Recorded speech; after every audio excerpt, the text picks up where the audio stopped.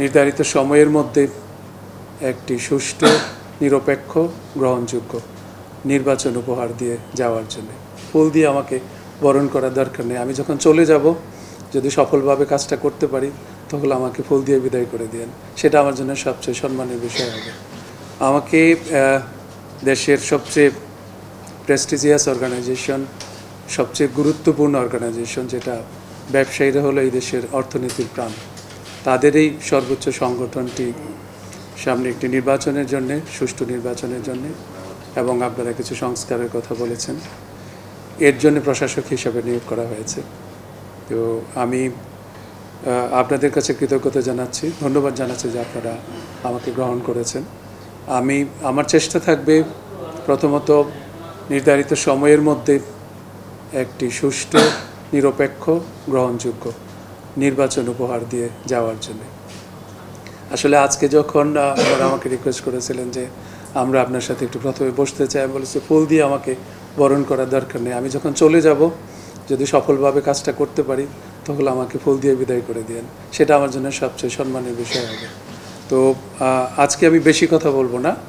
আমি সকলের কাছে সহযোগিতা চাব যে সামনে এই যদি সংস্কার যতটুকু সম্ভব হয় সেটি করে আমরা এই বিসিসি একটা সুষ্ঠু সবার কাছে গ্রহণযোগ্য নির্বাচন করে আমরা যেন দ্রুত নির্বাচিত প্রতিনিধিদের হাতে এই ব্যবসায়ী সংগঠন, শীর্ষ সংগঠনটির কার্যভার তুলে দিতে পারি, সেটাই আমাদের টার্গেট। ইলাস্টোমেরিক ইমালশন থাকায় দেয়াল থাকে ড্যাম্প প্রুফ, ফাঙ্গাল মুক্ত। Rainbow Paints, the colour of joy. আমাদের কিছু সমস্যা রয়েছে সাম্প্রতিক সময়ে, আমি জানি। আমি দীর্ঘদিন থেকে বাণিজ্য মন্ত্রণালয়ে WTO সেলে কাজ করছি এবং এই ব্যবসায়ী কর্মকাণ্ডের সাথে সংশ্লিষ্ট। আমি জানি কিছু সমস্যা হচ্ছে। গতকালও আপনারা মাননীয় প্রধান উপদেষ্টার বক্তব্য শুনেছেন।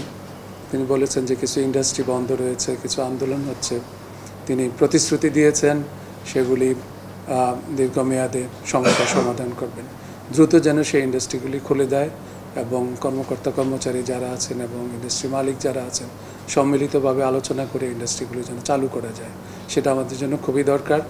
কারণ অর্থনীতিকে সচল রাখতে হবে, তা না হলে আমাদের হয়তো এই যে নতুন বাংলাদেশ গড়ার স্বপ্নটা সফল হবে না। আমাদের সকলকে সচেষ্ট থাকতে হবে।